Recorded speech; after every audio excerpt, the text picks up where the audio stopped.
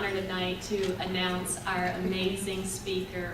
She comes to us from Olympia, Washington, where she has served in the league since 2002. She's a past president of that league. She is a present board member of AJLI. She is an active community volunteer. Her volunteer experience includes Child Care Action Council, Community Drug Court Foundation. She's been awarded several times for extraordinary contributions to State Farm. She received the Teacher Leadership Project grant from the Bill and Melinda Gates Foundation. I could go on and on and on about our speaker tonight. Liz Davis. Some of us had the honor of speaking with her before the meeting, and she is just amazing. She took her league to new heights. She increased recruitment by 300% in her time there. So you all are in for a treat. I present Liz Davis.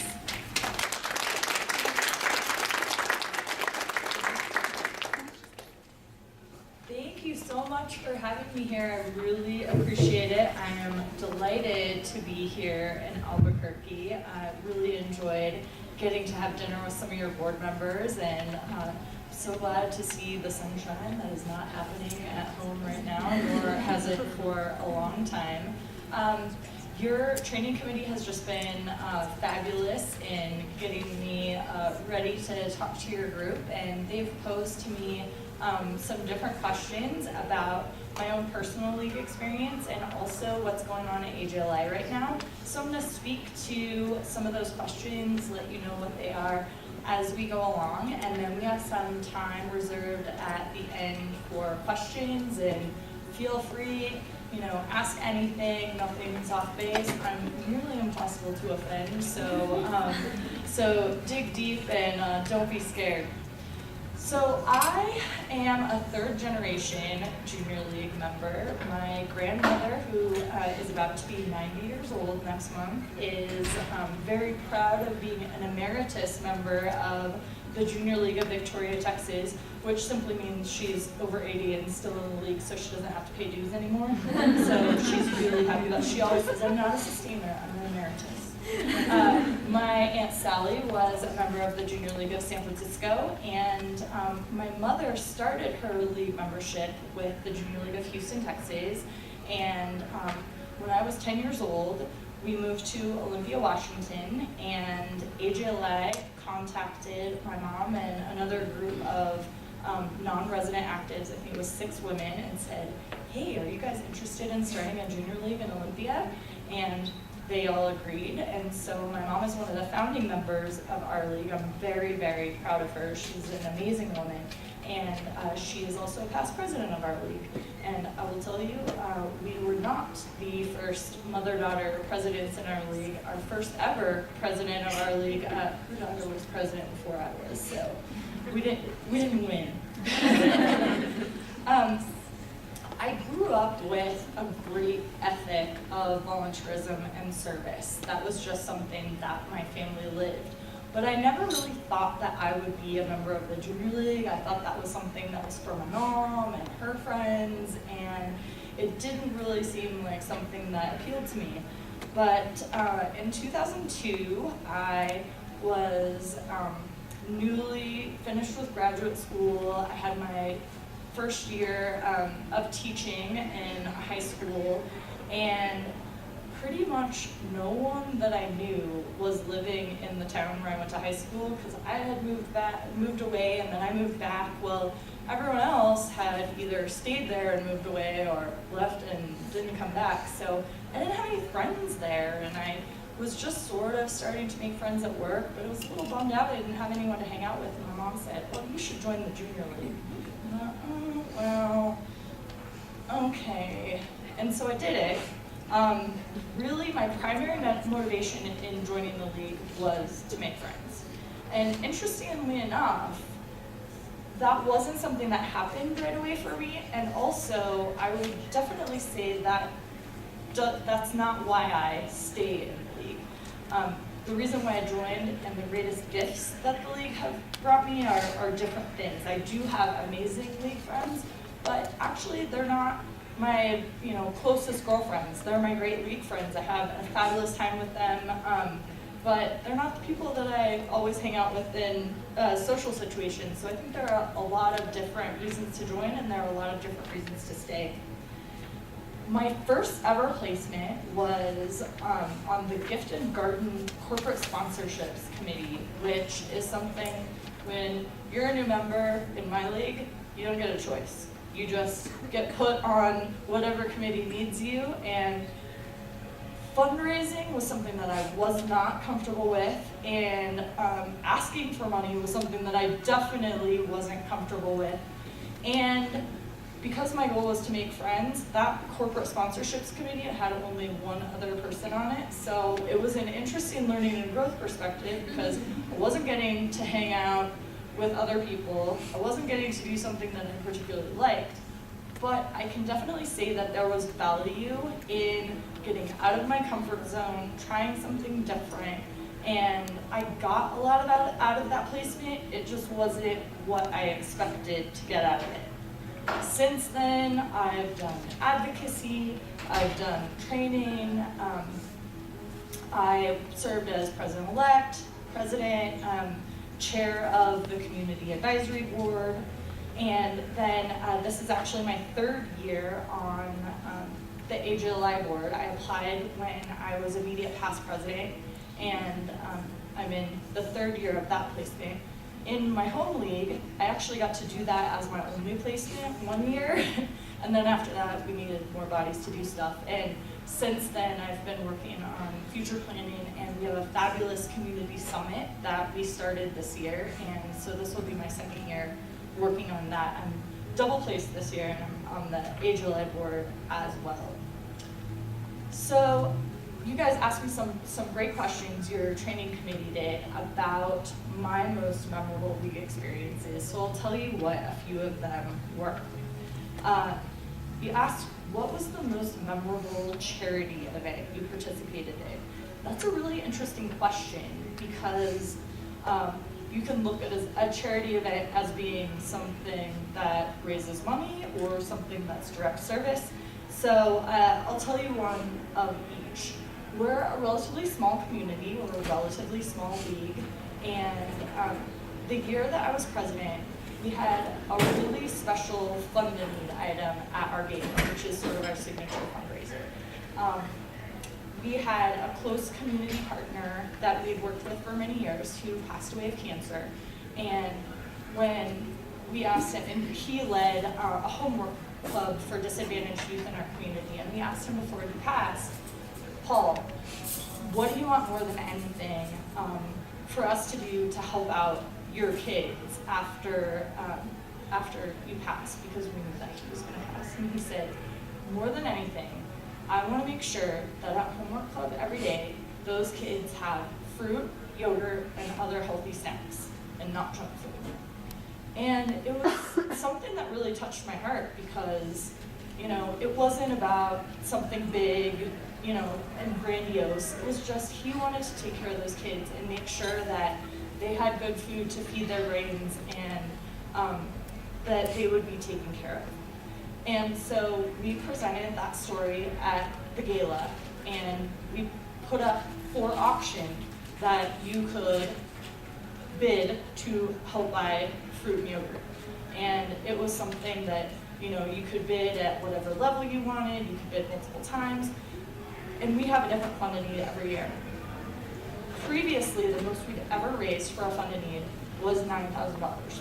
That year, we raised $20,000 to pay for fruit and yogurt for the homework club, and we were able to put that in a fund that gains interest. And even though it was several years ago, we basically have been able to endow fruit and yogurt for the homework club. And so that was something that, even though it was about money, it was about service as well. And I think that's a theme for me throughout my league career, is that everything is interconnected.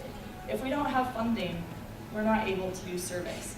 And if we don't develop the potential of our members, they're not able to give back to the community. So you'll hear me talk again and again about this three-legged stool of our mission and how all those pieces fit together.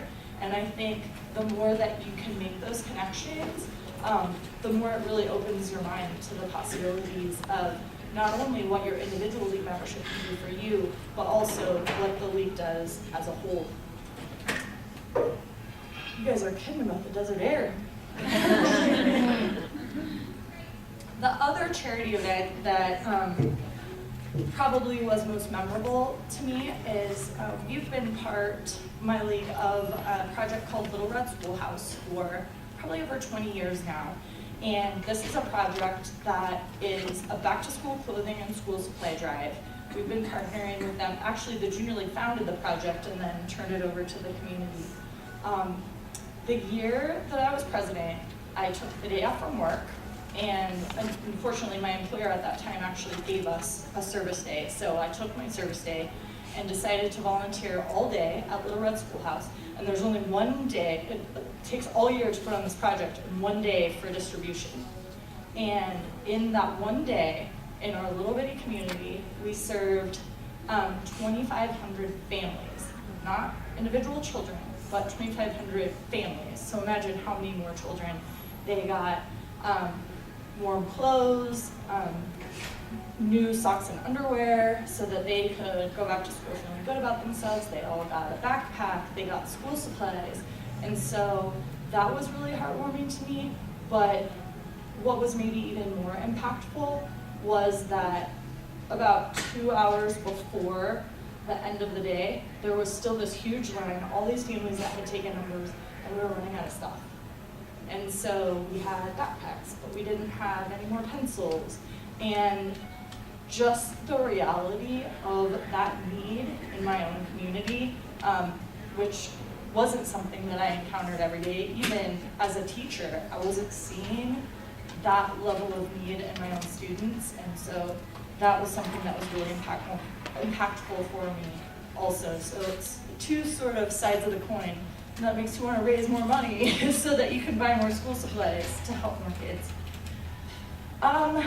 Most memorable training event I've been a part of. You know, this is a really hard one to pin down because training is a huge passion of mine. My background is in education and also in learning and development. So I truly believe that the value proposition of the Junior League, why you should be a part of the league, why you should volunteer in the league, is because your membership in the league will develop you as a community and civic leader. And you never realize this more than when you go and volunteer in other organizations or sit in other boards after you've been a part of the league, because not everyone does stuff the way we do, and I don't necessarily mean that in a great way. But the benefit is you can bring that knowledge to other organizations. You can bring it to work. You can bring it to other boards that you sit on. I would say, and this is something that my mom said to me when I was first offered an opportunity to attend an AJLI regional training at that time. It was Northwest Exchange in Calgary, and it was in 2003. I was a new member, and I said, I don't know, I don't know if I can really take the time off of work. I was a teacher at the time, and I only got 2 personal days a year. Did I really want to use one of them and fly to another country? And my mom said, there are no other training opportunities in your life that will offer you the same impact and the same quality than the trainings that you will get in the Junior League. She said, I've been to all sorts of trainings and all sorts of organizations, and I've never been to trainings and conferences like those that the Junior League offers. And she said, I've never turned down an opportunity to go. First of all, it's free, and second of all, you'll come back the richer for it. And so I've taken that advice, and even if it's been a stretch, I've always tried to say yes to any training opportunity that's been offered to me, and it's been truly life-changing. So absolutely, if you haven't done so already, find out about ODI. And if you can't go to this one, go to the next organizational development conference. Go to JLA University in the spring. because these training opportunities are amazing. There's things that you can put on your resume, there are things that are personally enriching, and if you don't go, you won't even know what you're missing. But once you've gone, you'll want to keep coming back. I think the most important thing that I've learned or gained from my league experiences is how to be a leader and how to be empowered to be a leader. I was never a person coming into the league that would have felt confident chairing a committee, certainly not being president of my league. I would have never volunteered for a leadership position. I wouldn't have felt comfortable serving on my league board or any other board because I felt like I didn't know how to do it. And what other place is gonna offer you the opportunity to try a leadership position and see if you like it, to see if it's something that appeals to you, to see if it's something that you're good at. It's not gonna happen at work. You know, in most other organizations, you need to prove that you're qualified before you'll be allowed to step into leadership. And one of the things that I love about the league is that there are so many different ways to be a leader. That, you know, you can be a member of a committee who's not in a formal leadership position, and you can lead through sharing your ideas about how to better your community or how to better your league, or things that can be tried in the future. You don't have to fit in a box. And I found that in the league, you can define your own path, and that's always okay.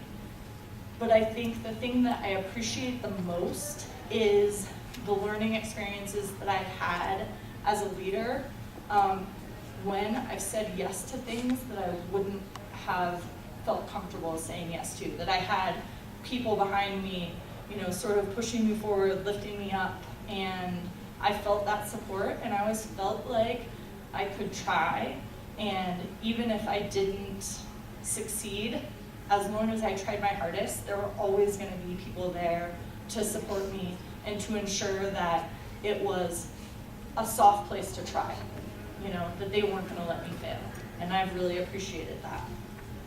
And I would say, if your approach to take on a leadership role, always say yes, because people are coming to you for a reason. When I was asked to consider the position of president-elect, literally my response was, how many people did you have to ask before you got to me? I thought, there's no way. There are people who have been in the league longer. There are people who, I hadn't even actually had a formal chair position when they asked me to be president-elect, so I knew they'd ask quite a few other people. But again, I called my mom, who, besides being a past league leader, is someone that I trust and admire. And she said, first of all, think about how this is an opportunity for you to learn and grow.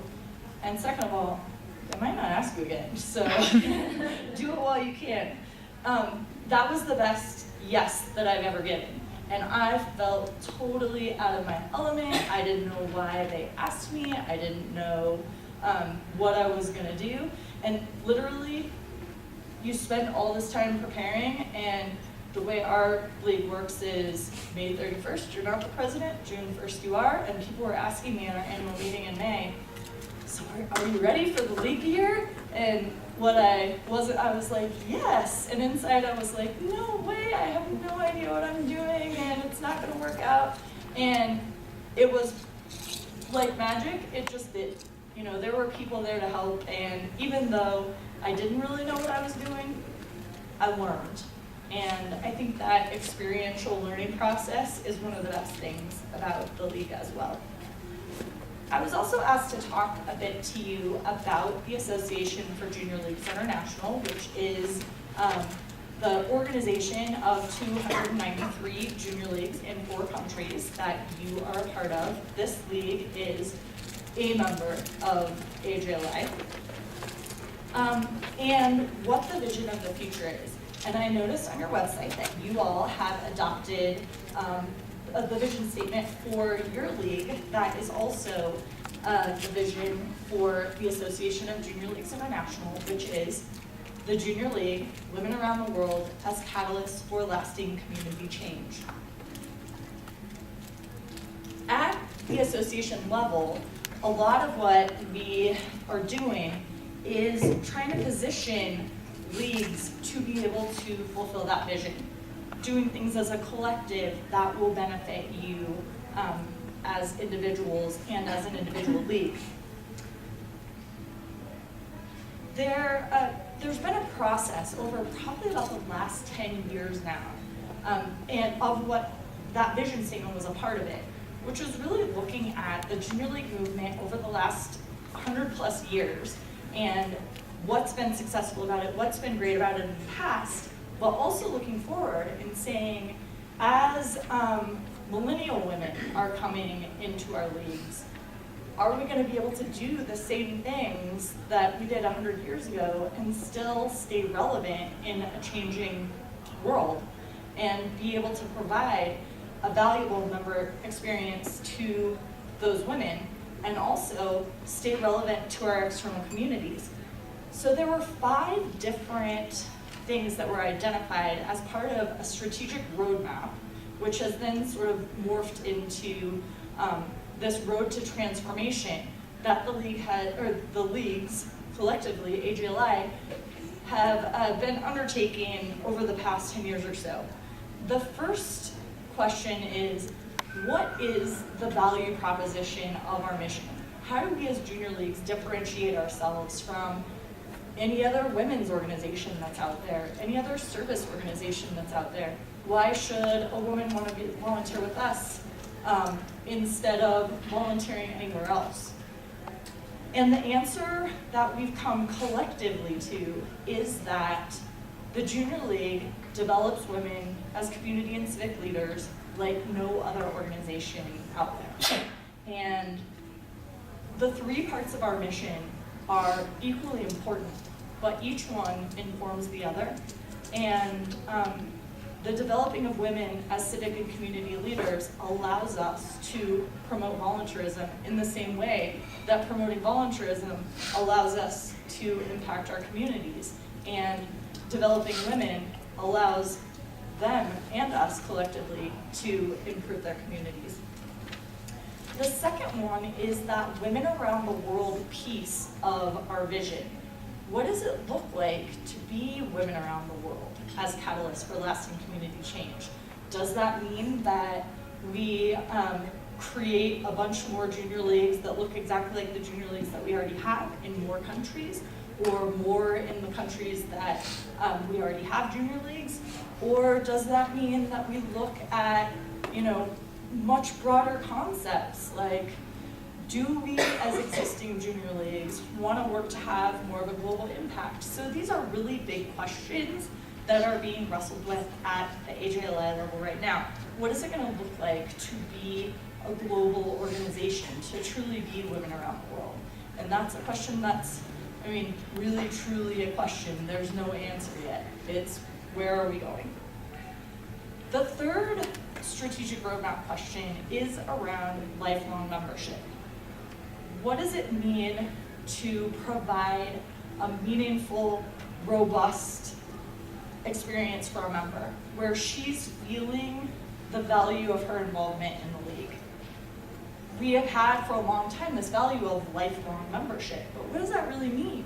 The traditional trajectory has been, well, you're a provisional or a new member, and then you're an active for maybe 5 years, maybe 10 years, and then you're a sustainer. And it sort of doesn't matter when you join in your life, you still have to go through exactly those same steps. It doesn't matter if you join when you're already the CEO of an organization versus if you join when you're right out of college. So do we really need to have kind of a one-size-fits-all membership experience, or does it make sense to rethink the way that we do that? And that's one thing that some action leadership or action learning teams, or ALTs, are looking at. I think there are 72 different leagues that are engaged in action learning right now to determine, and not all of them are focusing on membership, but one of those big questions that they're wrestling with is, what does it mean to meet the member where she is in order to provide an experience that's valuable to the individual member, regardless of what skills or what desires she's coming to the league with. How can we give her an experience that's personally meaningful while also helping to achieve our mission? The fourth strategic question is around differentiating governance and management. And that may be something that you've talked about in your league. I know at the board level, you guys have definitely been working with those issues. I don't know if you talk about them in general membership, but what does it look like to strategically vision where the league needs to be going and to provide for governance of sort of the big ideas of the league, while also dealing with the day-to-day league operations. So those are really very different parts of your brain, and do they need to be housed in the same people? Can they be housed, in different bodies? Do they all need to happen at the board level? And again, this is something that's being experimented with by those action learning teams. So many of your sister leagues have said, we're gonna try out some innovations and see how this works in a small league or a large league or a mid-sized league. And then we're gonna report back and we're gonna continue adjusting and learning together until we figure out kind of what works. And it may not be a one-size-fits-all approach, but that's happening as well. Then the fifth strategic question is about the relationship between AJLI and the leagues. And that's really more of a service question. So league services that are provided to you, trainings that are provided to you, online resources that are provided to you, programs that you're able to be a part of. How does that look for each individual league? And do we provide the same services at the same level regardless of league size or regardless of interest? Like, how can AJLI provide services to leagues in a way that helps that particular league the most? Again, do we have a one-size-fits-all approach, or is it more tailored by league size or urban, rural, suburban? So that's being looked at as well. You may or may not know that the purpose of the Association of Junior Leagues International is to add value to our member leagues. And that can look a lot of different ways. I'm going to talk to you a little bit about what the AJLI board is focusing on this year, and maybe that will help you to see some of the different ways that we're looking to add value to you.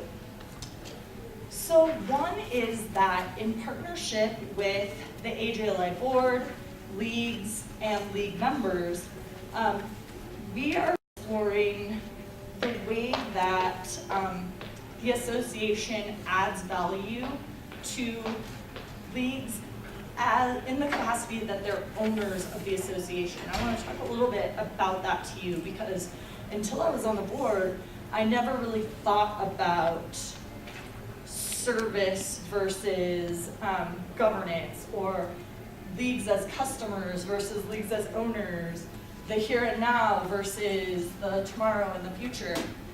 So what is the value of engaging as a league that has a vote in, like literally a vote, one of 293 votes in what happens at the association level?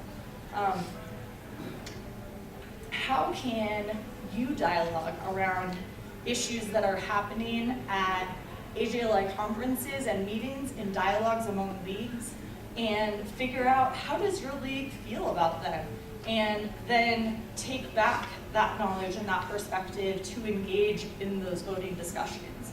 Because I think a lot of times we are worried about the day-to-day operations of the league. Absolutely, we would be. We want our league to be successful. We want to fulfill our mission. And especially because it is running, like you are running an all-volunteer organization in the same way that someone else is running a business and that has employees. you know, your president is the CEO of a nonprofit. She's just not a paid president. So how can we provide value to our leagues in those bigger discussions about what happens with the association in the future, rather than just about how to make today's league experience more valuable and how to effectively run a league? Does that make sense? So that's one thing that the board is focusing on, and that's called the Owner Value Committee. And actually I have the privilege of being the chair of that committee this year.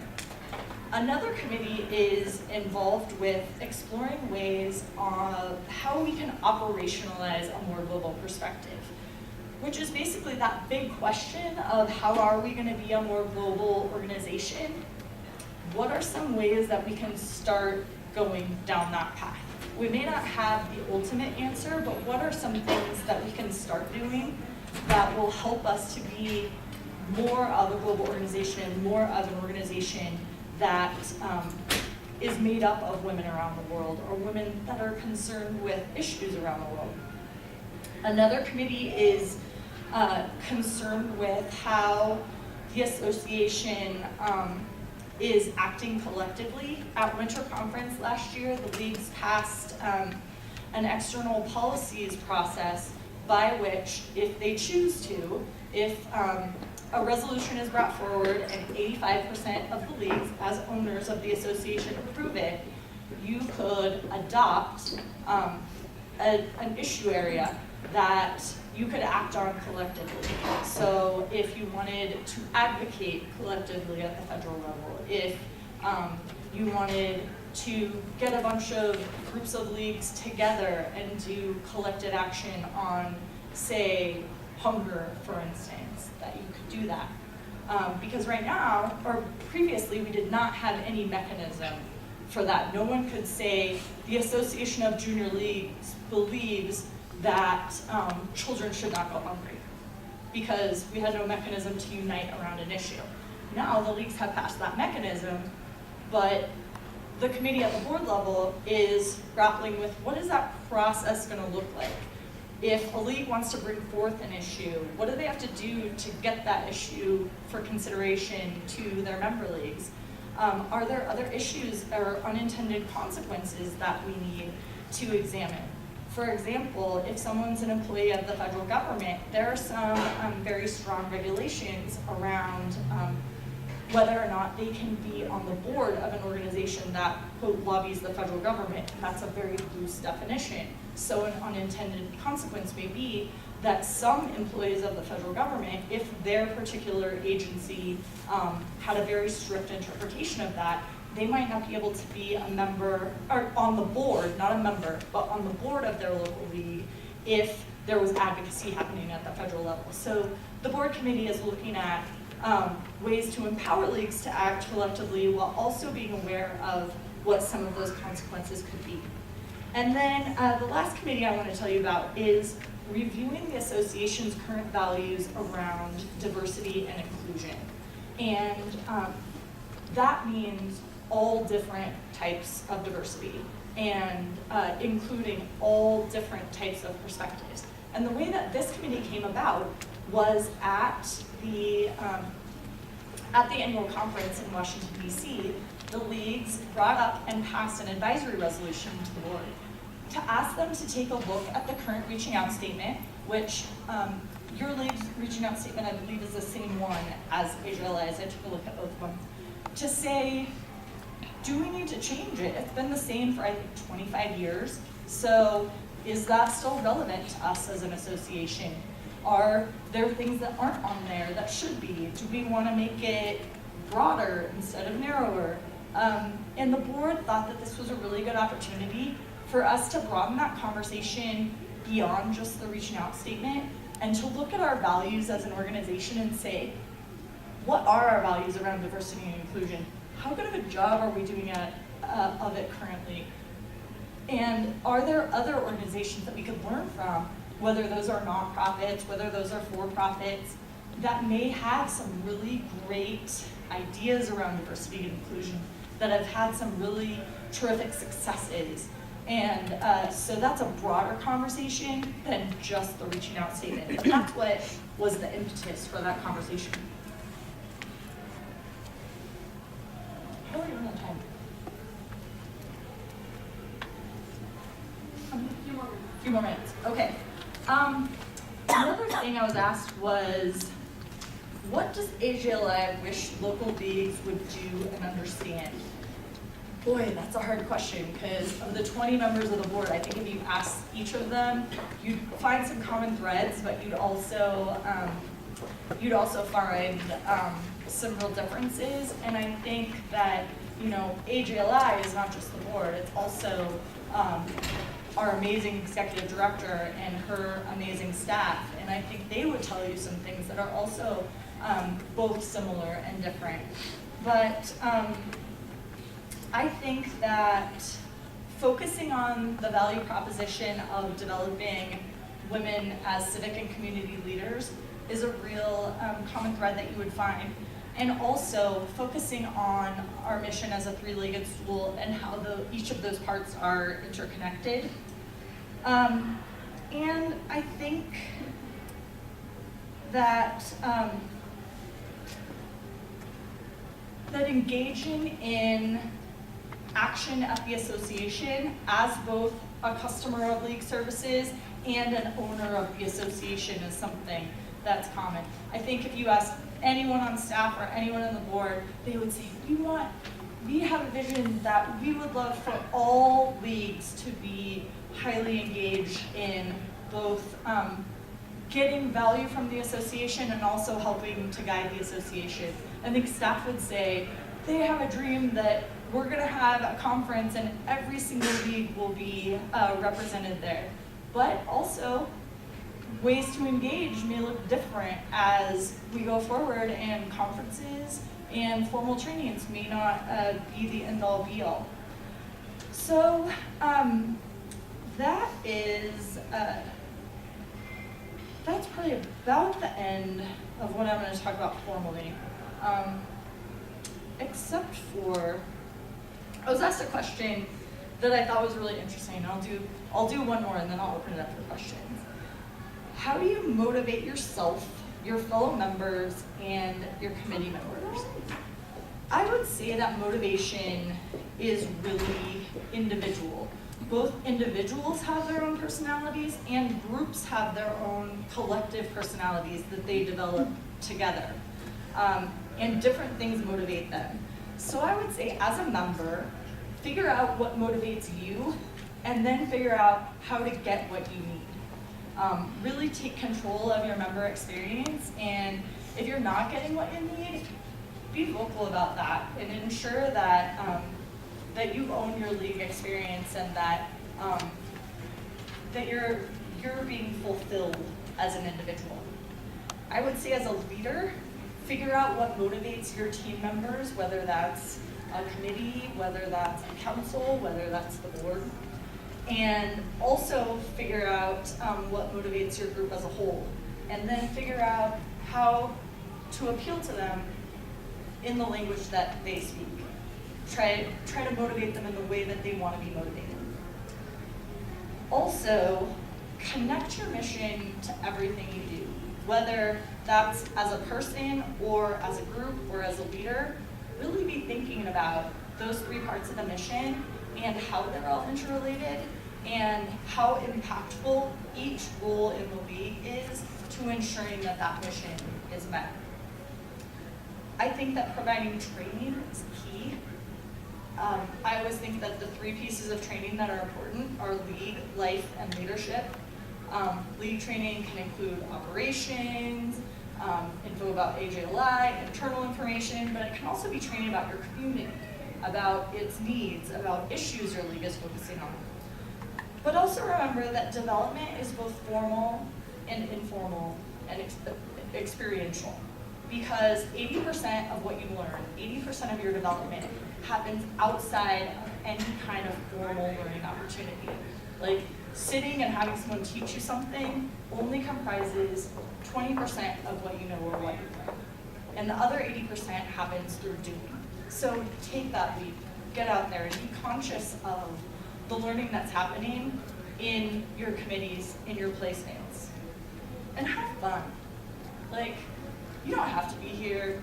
No one's paying you to be here. So figure out what your fun is and have a good time. Approach the league with an attitude of gratitude. What are you giving? And be grateful to yourself for that. And also, what are you taking away? And have gratitude for what you're being able to take away from your league experience. Really be thinking about what you're thankful for. And I'll tell you that today, I am thankful for being here in beautiful New Mexico in a gorgeous southwestern landscape that's so different from Washington where I live. I'm thankful for your hospitality and having me here and the great New Mexican food that I had for dinner tonight. I'm thankful for going to the Balloon Fiesta tomorrow. I can't wait for that. I'm very, very excited. I'm grateful for this opportunity to have a dialogue with all of you, my league sisters, about what you want from the association, about what you want from the league, and how we can all work together. And I am very thankful to Katie Gallegos and the training committee who have just been fabulous in hosting me and making this really a very, very simple and very enjoyable trip. So thank you very much for having me, and please feel free, ask anything.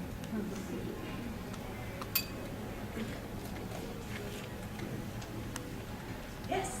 How did your league in particular figure out its community focus, and does that change, and if so, how often? That's a really interesting question because my league is definitely not the norm. So our league is young. We were founded in 1987. We were a service league for 5 years, and then we affiliated in '93. So we're only about 26 years old. When the league first formed, the women who were a part of it at that time decided that their focus area would be the prevention of child abuse and neglect. That's something that they felt very passionate about. About every 3 to 5 years, our future planning team gets together and facilitates a process in the league where we look at community needs, where we look at member interests and things that they're passionate about working on, and then decides what the focus area will be for the next 3 to 5 years. Every time we've done it, it's actually reaffirmed our existing focus area, which is very rare. I actually don't know of another league that has kept its same focus area since it was founded, but I will tell you, part of that is the passion that members feel around that particular issue, and part of it is that we have been working for 25, 26 years on this issue, and others in our community have been working very hard on this issue. And as of 2011, we actually saw reported cases of abuse and neglect be higher in our county than they've ever been. Last year, out of 35 counties in our state, and we're the county that houses the capital of the state, we were third worst in the state in adverse childhood experiences, which is an index of childhood trauma that basically that's database that can predict health and social challenges later in life. And I think the evidence keeps telling us that we've got to still be working here and be trying new approaches in order to help these kids. But that's, like I said, a very unique case. But about every 3 to 5 years, I would say leagues should be looking at what are the community needs and what are member needs, and how are you marrying those two together. And you don't have to have one issue that you focus on. Some leagues have multiple issues. There are definitely different effective ways to skin a cat. Yes? What are some of the things your league did to increase membership? To increase membership. We had a year where we really focused on, we saw a decline in our league membership, and that's something that's very much true across the association. It's something that's almost universally true in leagues, and we really set out to find out why that was happening.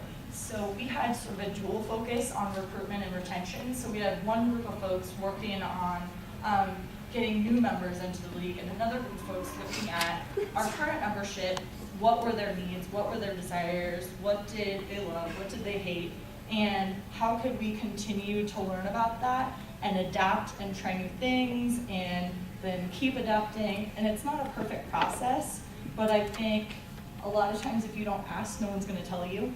And sometimes the invitation to give feedback is one that people will take advantage of when they won't necessarily come up and say something.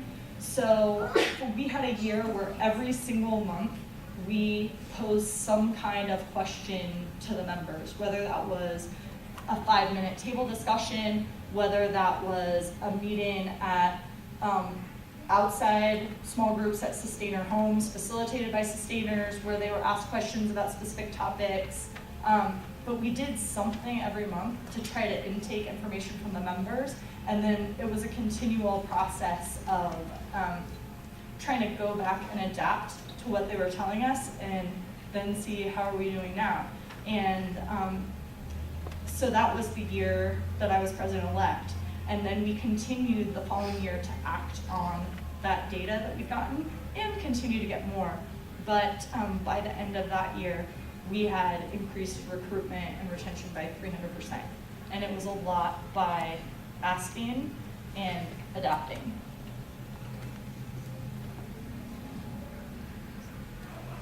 Another question? Yes. You had said that, you know, that you're third generation, so your mother. So what I'd like to know is, because I'm a sustainer, and what do you find when you and your mother talk are the differences about what the experience was when she was inactive and you are? Are there any? I would say there's definite differences and definite similarities. It's funny because some things, you know, what goes around comes around. And she'll say, we were talking about that 20 years ago. You guys are still talking about that. But, you know, when my mother joined, you had to go sustaining by the time that you were 40 years old. You didn't have a choice. And then in my provisional class, we had a daughter who was my age and a mother who was my mom's age. I mean, she was probably, you know, in her late 50s at that time. So that's a big difference. And I think some of the questions that we're looking at as leagues and association-wide these days are things that never would have been considered in my grandmother's generation or in my mom's generation. They really weren't worried about things at a global level. Like the definition of community was about this particular local community.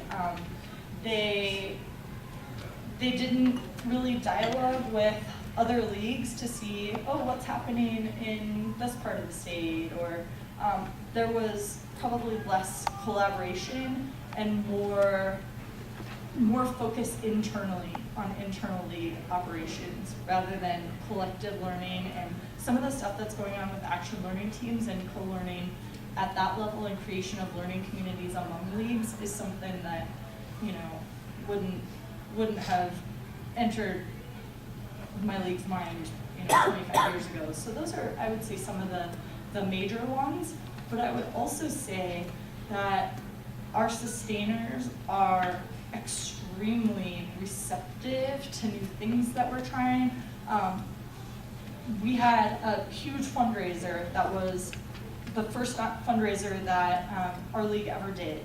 And when I was either president or actually I think it was when I was president-elect, we had to decide whether or not to sunset that fundraiser.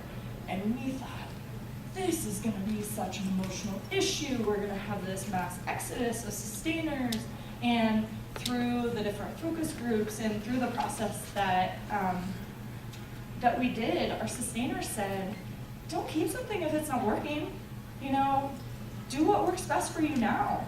You know, if it's taking too many volunteer hours and not giving you enough money, figure out what to do. Don't hang on to something just because you think we want you to.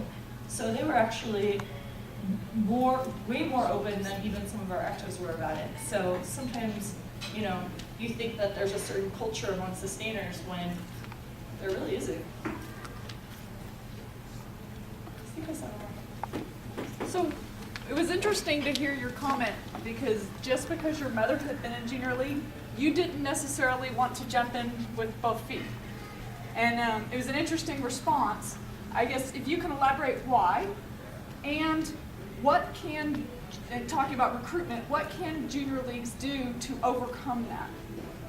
So I think the reason why is I saw that it was something for moms. It was something that moms did and women of my mom's generation did. I didn't see how it was really relevant to me. And I think I saw a lot of operational stuff, and I was passionate about service and working with kids and getting out into the community, and I didn't really understand that that was a path in the league also. I think you really have to think about what are the different reasons why someone would be involved in the league, what are the different values that the league offers, and I don't mean values in terms of like ethics, but values in terms of what value can I give to you might be completely different than the value I can give to you, and especially looking at recruitment, different people have different motivations, so it's not a one-size-fits-all approach. It's about conversations. And something that's been interesting in our league this year is we have taken a leadership role in the community about our issue area. We hosted this big community summit, which is actually an idea that came out of our community advisory board several years ago. And so it got the league visibility in a different way. People saw the Junior League associated with community leadership and around the topic, and not just that we throw a beautiful gala and then give away money. And so they saw us less as a funder and more as change agents.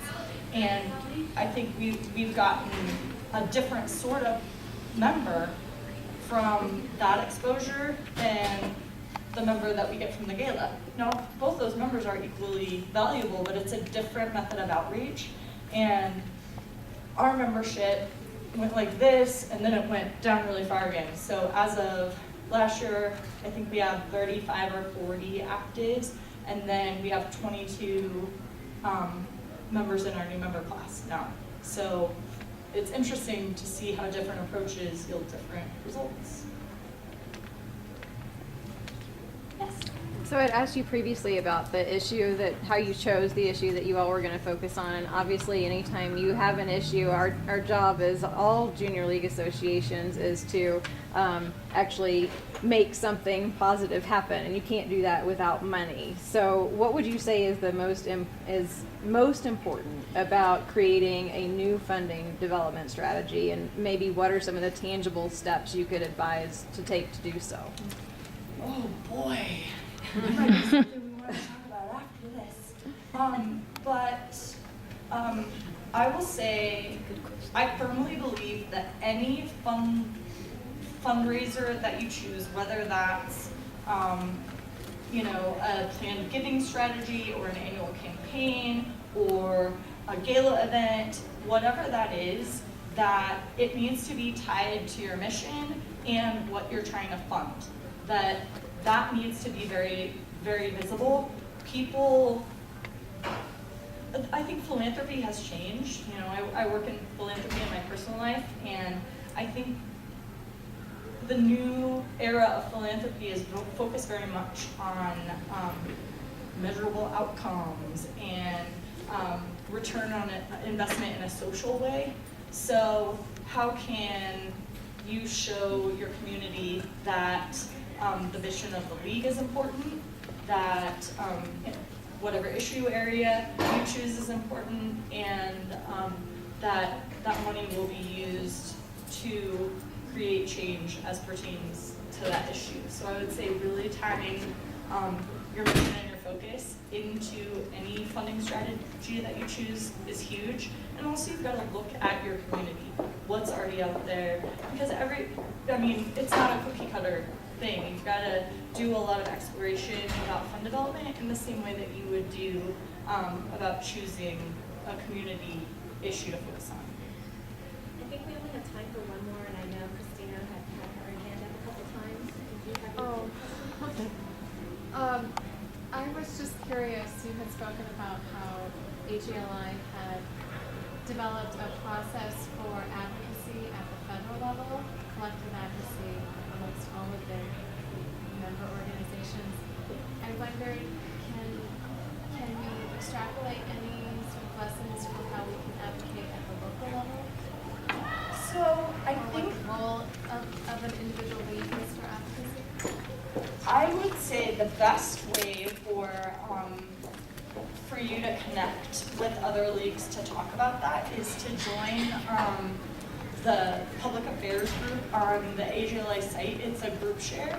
They have a call every month, I think, where they have speakers, they have opportunities for leagues to dialogue with each other, people pose questions, because there are some leagues and networks of leagues out there that are doing absolutely amazing things in terms of advocacy locally at the state level, working on issues like human trafficking, for instance, throughout the country in a networked way that's not action in the name of the association at a federal level. So I think there are tons of great lessons to be learned and relationships to be had. And I would highly recommend joining that group share because those women are really quite amazing. Thank you so much.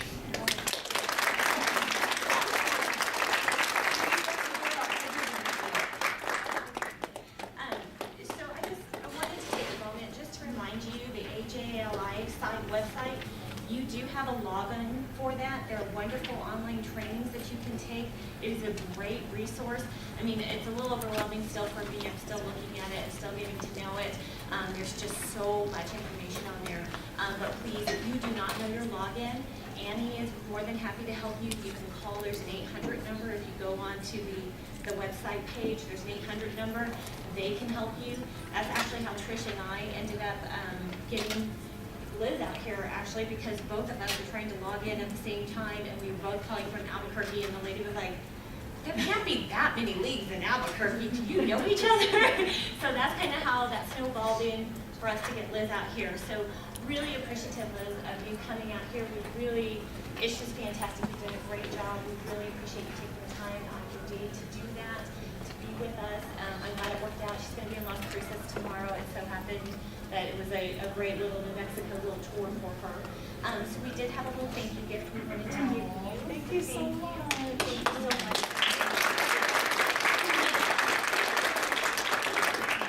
After the meeting, so if you want to go up and introduce yourself, if you had some questions that you didn't get a chance to get answered, she's been very gracious. She's going to be going to Balloon Fiesta tomorrow. Elizabeth was able to help us get some tickets and parking pass for her so that she can go and enjoy the Balloon Fiesta. She's here at this time, and she's gracious enough to say, you know what, that's okay. You guys come talk to me. I don't need to get sleep tonight. So we really appreciate it. Thank you so much.